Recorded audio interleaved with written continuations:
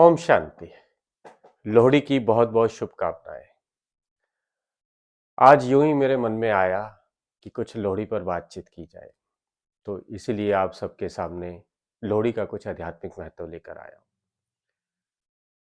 जैसा कि संगम युग पर हम सभी को ये ज्ञात हुआ कि हमारे प्यारे बाबा ने जब से इस धरा पर पधरामनी की और हमारा जीवन बदलाने के लिए अपना कार्य किया, उसी की यादगार में सभी त्योहार हैं।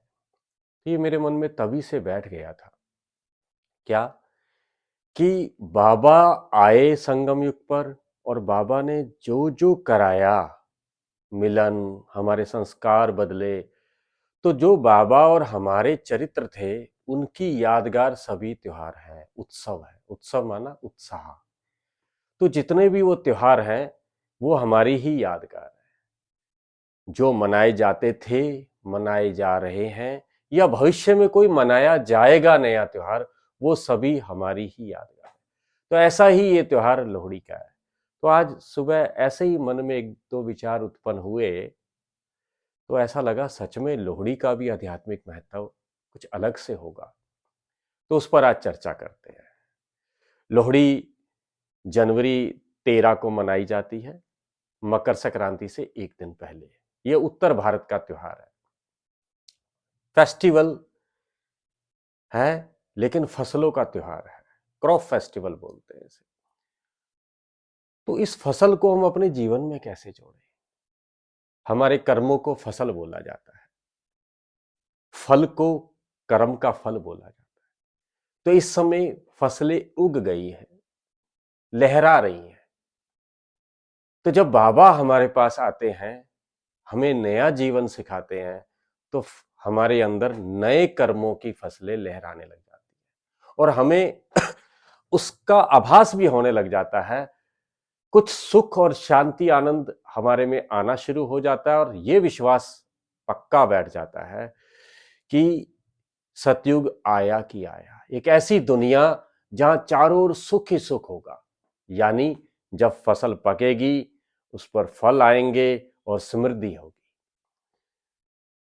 इस पे लकड़ियां जलाते हैं, लकड़ियां इकट्ठी करते हैं, ज्यादातर चौक पर, घर के बाहर। आजकल तो हर घर के बाहर छोटा छोटा लगा देते हैं।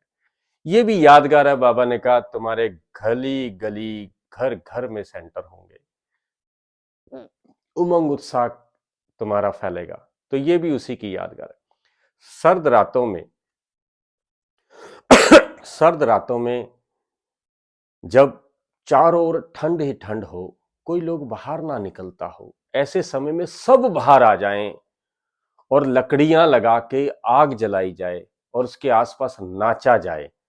ये प्रकृति को चैलेंज है, जीतना। यही तो हम कर रहे हैं। जब चारों ओर निराशा हो, अंधकार हो, सभी दुबके पड़े हैं अपने आलस में, अपनी बुराइयों में, अपनी हताशाओं में, तब भगवान के द्वारा कुछ आत्माएं जागती है, उमंग उत्साह में आती है और वो बाहर निकलती है। इन परंपराओं से, रीति रिवाजों से बाहर निकल कर आती हैं और लकड़ियां इकट्ठी करती हैं। लकड़ियां मतलब जो हमारे घरों में, हमारे जीवन में जो भी कितनी कुछ बुराइयां हैं, जो कबाड़ पड़ा हुआ है, उसको इकट्ठा कर देती है और उसमें आग लगा देती है। देखो, अपनी बुराइयां जलाकर हम आनंद लेते हैं। जैसे जैसे बुराइयां जलती हैं, आनंद होता है। अब क्या करते हैं, जब लकड़ियां जलती हैं तो उसमें तिल, मूंगफली और गुड़ की रेवड़ियां डाली जाती हैं। तिल आप सभी तो जानते ही हैं, तिल आत्मा का प्रतीक है, सूक्ष्म अति सूक्ष्म। गुड़ मिठास का प्रतीक है। हमारे जीवन में मिठास है, लेकिन तिल नहीं है उसमें, तो दैहिक मिठास है। तिल घुस जाता है उस गुड़ में तो आत्मिक भाव आ जाता है। ये आत्मा इस शरीर के द्वारा सबके साथ सहयोग, प्रेम की भावना रखती है, तो ये रेवड़ी बन जाती है। मूंगफली, मूंगफली में आपने देखा होगा अक्सर 2 दाने होते हैं, किसी किसी में 3 भी होते हैं, और बहुत छोटी मूंगफली हो तो 1 आधा भी होता है, लेकिन ऑन एन एवरेज 2 दाने होते हैं। ये यादगार है इस संगम युग पर एक ऐसी देह जिसमें 2 दाने यानी कि 2 आत्माएं हैं, स्वयं परम शक्ति और ब्रह्मा बाबा। और किसी किसी में 3 है, रेयर है, तो दादी के तन में ब्रह्मा और शिव बाबा। ये मूंगफली, उसका देह निकाली और वो गिरी, वैल्यू उसी की है। तिल हो गया, रेवड़िया हो गया, मक्का। मक्का जब वैसे डाला जाता है बिल्कुल शुरू में बहुत नरम होता है, जब उगता है उसे स्वीट कॉर्न बोलते हैं। जब वो पक जाता है तो इतना हार्ड हो जाता है, उसको जब भूना जाता है रेत में या नमक में तो वो फूल जाता है, सुंदर बन जाता है। हम भी इस समय परिस्थितियों की आग में जब तपते हैं तो हम निखर जाते हैं। तो ये जो चीजें हैं इसका आध्यात्मिक महत्व है। बाबा के घर में ये रीत है, जब भी आग जलती है हम सभी अपनी बुराइयां लिखकर, कमियां लिखकर उसमें दान डालते हैं। केवल पर्ची डालने से ही नहीं होता, ये याद रखना कि ये इसमें मैंने ये दे दिया, और उसको पुनः पुनः याद करना, पुनः पुनः याद करना। और मुझे याद आ रहा है, क्योंकि मैं भी पंजाब का ही हूँ, ये देह पंजाब की रहने वाली थी, तो ये पंजाबियों का त्योहार है। शुरुआत में ये त्योहार केवल पंजाब में मनाया जाता था, धीरे धीरे इसकी धूम चारों तरफ फैल गई। तो संगम युग में भी शिव बाबा शुरू शुरू में सिंध में आए, धीरे धीरे वो ओम मंडली थी और धीरे धीरे चारों तरफ ये धूम फैल गई। ऐसे ही इस त्योहार को चारों तरफ ग्लोबलाइजेशन इसका हो गया, विश्व स्तरीय मनाया जाता है इसको। एक चीज देखी, जब भी घरों में होता है कि आज उसके घर पहली लोहड़ी है, मतलब उनके घर किसी की शादी हुई तो उसकी पहली लोहड़ी है, कोई बच्चा पैदा हुआ तो उसकी पहली लोहड़ी। तो इस दिन नव विवाहिता, जब अब किसी की शादी हो तो वो दोनों खास कर लोहड़ी के चारों ओर चक्कर लगाते हैं, खुशियां मनाते हैं।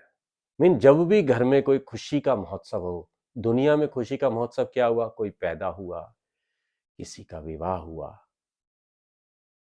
फिर उसके कुछ बच्चे हुए, फिर उसका विवाह हुआ, यही भौतिकता में चलता है।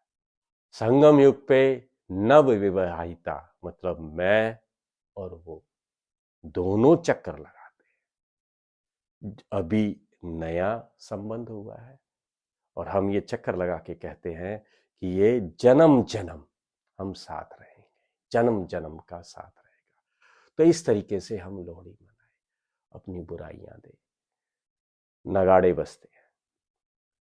जब आग लगती है तो भगवान ने बताया हमें कि इस पूरी दुनिया को आग लगेगी और बम फटेंगे। जब विनाश के समय नगाड़े बज रहे हों, लोग हाय हाय करेंगे और हम नाचते हुए जाएंगे। ये हम साहसी आत्माओं की यादगार है कि जब विनाश के समय में भी हम विनाश को भी हमने उत्सव मना लिया। जिस तरह दिखाते हैं महादेव के रूप में शंकर को दिखाते हैं यादगार में, वो जब वो नाचता था तो चारों तरफ तांडव होता था और आग की लपटें उछलती थी, विनाश हो जाता था। तो ये विनाश हमारे लिए डरावना, भयकारी ना हो, सुहावना हो। क्यों?